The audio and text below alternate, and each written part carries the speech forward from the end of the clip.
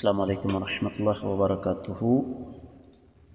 قال اللہ تبارک و تعالی بعد اعوذ باللہ السمیع العلیم من الشیطان الرجیم ثم انزل اللہ سکینتہ علی رسولہ وعلی المؤمنین وانزل جنودا لم تروها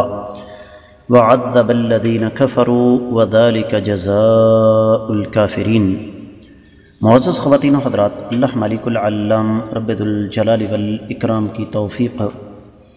اور اس ذات بابرکات کے فضل و کرم سے آج پیر کا دن ہے 8 جمادی الثانی 1441 ہجری 3 جنوری 2020 عیسوی، اور ہمارے سبق کا موضوع اللہ مالک العلام رب ذو الجلال والاکرام کی پاکیزہ کتاب قرآن مجید اور قرآن مجید کا 10واں پارہ سورہ توبہ 26ویں آیت مبارکہ۔ تذکرہ وہی ہے غزوہ حنین کا کہ صحابہ کرام رضوان اللہ علیہ مجمعین میں کچھ نئے مسلمان تھے، تو ان کے ذہنوں میں یہ بات آ گئی کہ ہر مارکے میں ہماری تعداد کافروں سے کم ہی رہی ہے، تو آج ہماری تعداد زیادہ ہے، تو اس لیے آج ہمیں کون شکست دے گا؟ تو کافروں نے ایک جنگی چال چلی جس کے نتیجے میں صحابہ کرام بکھر گئے۔ اللہ تعالیٰ فرماتے ہیں ثم پھر انزل اللہ رب العزت نے نازل فرمائی سکینتہ سکینت۔ سکینت سے مراد تسکین، علی رسول ہی اپنے رسول صلی اللہ علیہ وسلم پر، وعلی المؤمنین اور مومنوں پر، وانزل جنودا اور ایسے اللہ رب العزت نے لشکر نازل فرمائے، لم تروہا جن کو تم دیکھ نہیں سکتے تھے، وعذب اور سزا دی الذین ان لوگوں کو کفروا جنہوں نے کفر کیا، وذالک اور یہ جزاء الکافرین کافروں کا بدلہ ہے۔ با محاورہ ترجمہ سماعت فرمائیے گا۔ پھر اللہ تعالیٰ نے اپنے نبی صلی اللہ علیہ وسلم اور ایمان والوں پر اپنی طرف سے تسکین نازل فرمائی اور ایسے لشکر اتارے جو تمہیں نظر نہیں آتے تھے، اور کافروں کو سزا دی، اور یہی کافروں کی سزا ہے۔ امام ابن کثیر رحمۃ اللہ علیہ فرماتے ہیں کہ حدیث میں آتا ہے کہ ایک مشرکوں میں سے ایک شخص کہتا ہے جب ہم نبی کریم صلی اللہ علیہ وسلم اور آپ کے صحابہ کرام کے ساتھ لڑائی کر رہے تھے حنین کے دن، تو لمبا واقعہ ہے، میں مختصر کرتا ہوں۔ کہتے ہیں کہ ہم نے دیکھا کہ سفید خچر پر ایک بڑی عظیم ہستی سوار ہے، تو وہ اللہ کے رسول صلی اللہ علیہ وسلم تھے، لیکن ہم نے ان کے ارد گرد سفید گھوڑوں والے کچھ آدمی دیکھے،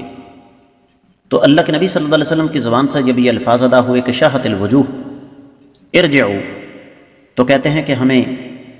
جو فتح تھی ہماری وہ شکست میں بدل گئی۔ سنن الکبریٰ بہقی کے حوالے سے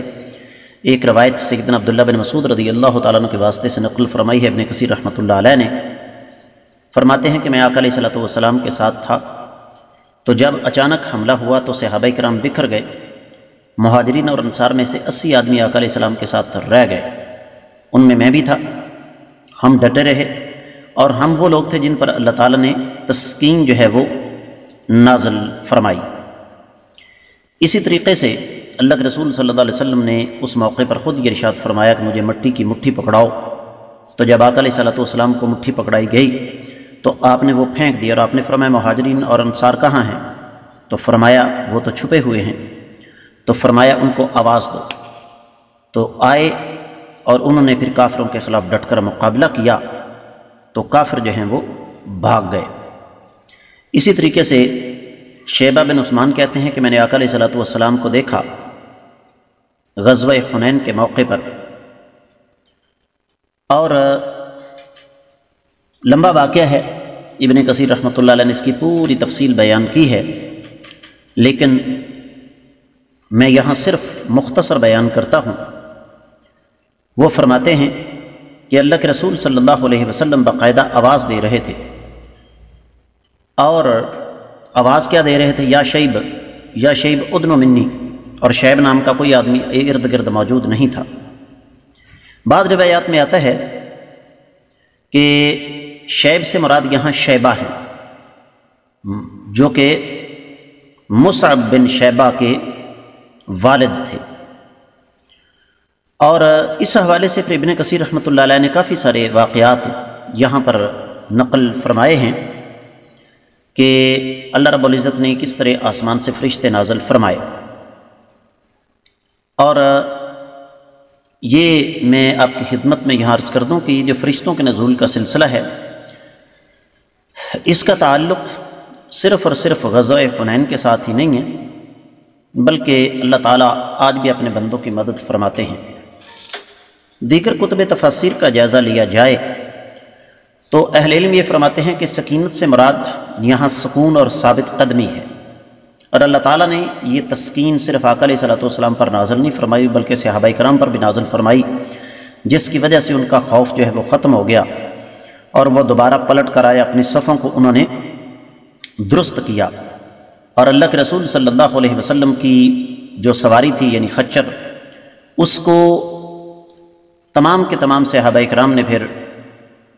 اپنے گھیرے میں لے لیا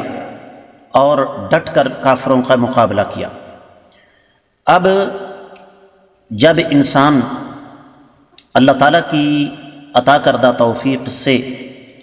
میدان میں ڈٹ جاتا ہے تو رب کائنات پھر اپنی سنت کے مطابق، اپنے طریقے کے مطابق مدد فرماتے ہیں۔ اور فرشتوں کا یہ نزول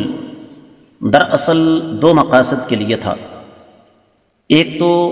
کفار کی ہزیمت کے لیے، اور دوسرا مسلمانوں کو یہ بتانے کے لیے کہ بے شک اچانک حملے کے نتیجے میں تم بکھر گئے ہو،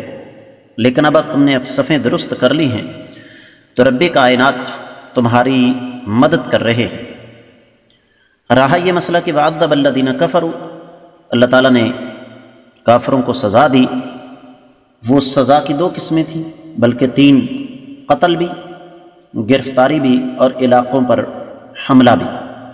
اور یہ مالک بن عوف الدہمانی کی قوم تھی، اور کنانہ بن عبد یلیل کی الثقفی کی قوم تھی۔ اور یہ اللہ تعالیٰ کی طرف سے اعلان ہے کہ قیامت تک کے لیے کافروں کا یہی حال ہوگا جو اللہ اور اللہ کے بندوں کی مخالفت کا راستہ اختیار کریں گے۔ اس کے ساتھ ہی اس آیت مبارکہ کی مختصر تفسیر مکمل ہوتی ہے۔ اللہ نے چاہا تو کل ہم انشاءاللہ اگلی آیت مبارکہ پڑھنے کی کوشش کریں گے۔